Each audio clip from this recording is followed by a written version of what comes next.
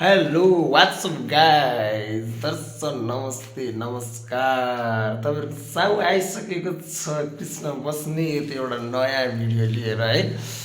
अब मेरो चाहिँ यो फर्स्ट भिडियो हो। अब युट्युबतिर यसो चहल पहल दिनु पऱ्यो चट्ट होइन, पैसा सैसा चट्ट कमाउनु पऱ्यो भनेर अब जागिर खाएर मात्रै नपुग्ने भयो भनेर मैले चाहिँ आजबाट न्यू ब्लग स्टार्ट गरेको छु। हेरौँ मेरो ब्लगमा अब के कस्तो हुन्छ, म तपाईँहरूलाई चाहिँ अपडेटहरू यसो देखाइरहने छु है। हामी चाहिँ अहिले छौँ यता, यहाँनिर चाहिँ मेरो बसन्ती, यहीँनिर छिन्, यिनी चाहिँ हो मेरो बसन्ती है। मेरो प्यारी बुढी भन्दा पनि खासै फरक चाहिँ पर्दैन होइन गाइज।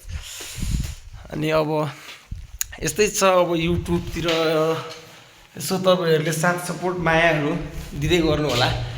खासै भिडियो बनाउनु त आउँदैन त्यति राम्रोसँग, सुरुवात हो के हो कसो हो, नगरेपछि गरेपछि जे पनि सम्भव छ, नगरुन्जेल केही पनि कुराहरू सम्भव छैन है। त्यही भएर मैले पनि यसो सुरु गरेको छु।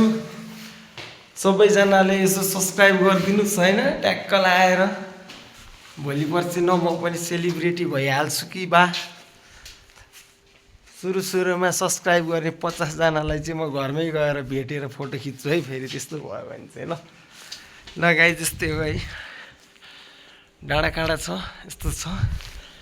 यहाँ हाम्रो ठाउँबाट चाहिँ कस्तो भ्यू देखिन्छ भन्ने कुरा पनि म हल्का यसो तपाईँहरूलाई देखाइदिन्छु। म सिँढी चढ्दैछु क्या।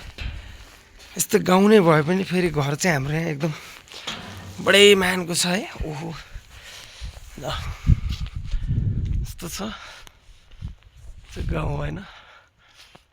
हेर्नु डाँडा काँडा पहाड हरियाली, बस्नुको पनि मजा बेग्लै छ, शीतल छ होइन। यहाँनिर बस्दाखेरि स्वर्गीय आनन्द नै हुन्छ।